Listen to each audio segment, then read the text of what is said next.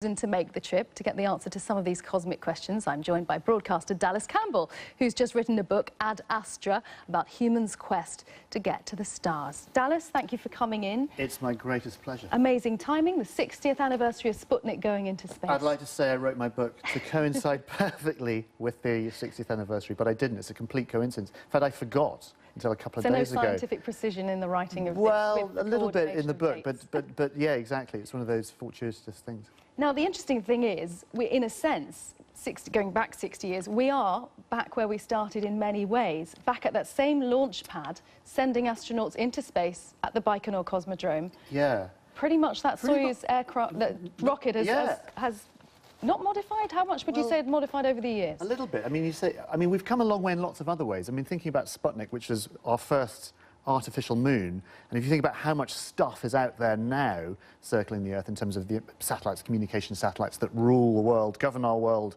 and life on Earth. But in terms, you're right, in terms of human spaceflight, that Sputnik launch in 1957 was such a seminal moment, and it took place in what is now Kazakhstan at the Baikonur Cosmodrome, and that rocket was the R-7. It was the first intercontinental ballistic missile.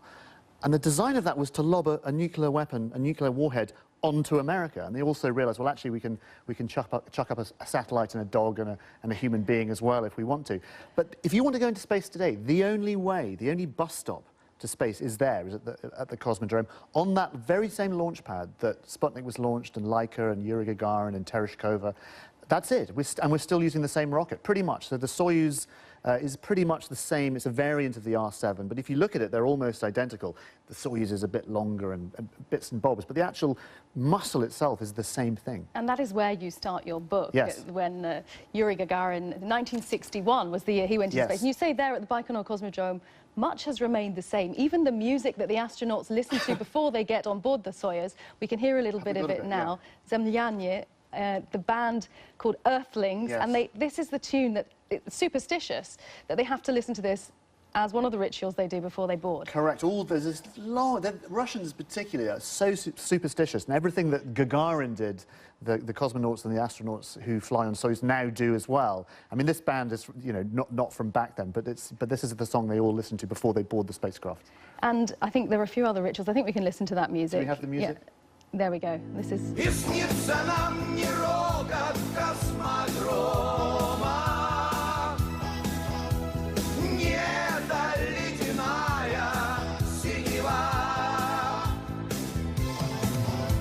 So, Dallas, if you're preparing to board a Soyuz to go to the ISS now, you will still have to go through these rituals. You do. In that place. There's a whole lot of rituals. There's the signing of the door. There's a film they have to watch. All astronauts and cosmonauts have to watch this particular Russian film, which they all watched with their families the night before. And as they come out the hotel, I was there for Tim Peake's launch at Baikonur, and as they come out the hotel ready to get on the bus to go to get suited up, that particular song is playing. And actually, it's really the lyric. In the book, I actually have the lyrics written down, translated, and it's all about missing the Earth and the green grass of home and all these kind of wonderful things.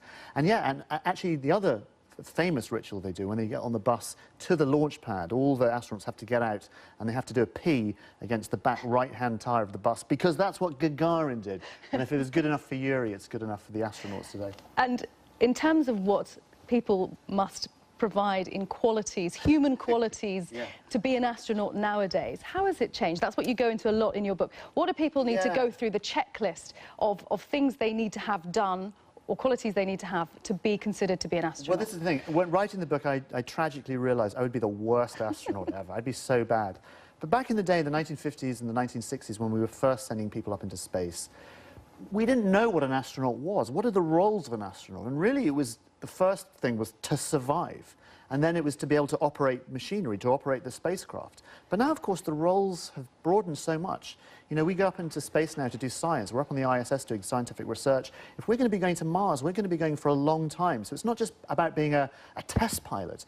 You've got to have the character. You've got to be the kind of person you'd want to go camping with for 6 months and not be driven crazy by. So astronauts, if you meet them now, they're all individuals, but there is this thread that runs through them. They are these superhumans. They're all extraordinarily nice, like the nicest people you've ever met, as well as being utterly brilliant. And you've said you've never met an unpleasant astronaut. I've never met one I haven't liked, but I haven't met them all, so maybe there is one I wouldn't like. Maybe there's one out there. But for example, in the book I talked to Al Warden, and Al's actually in the UK at the moment, and we've been doing some talks.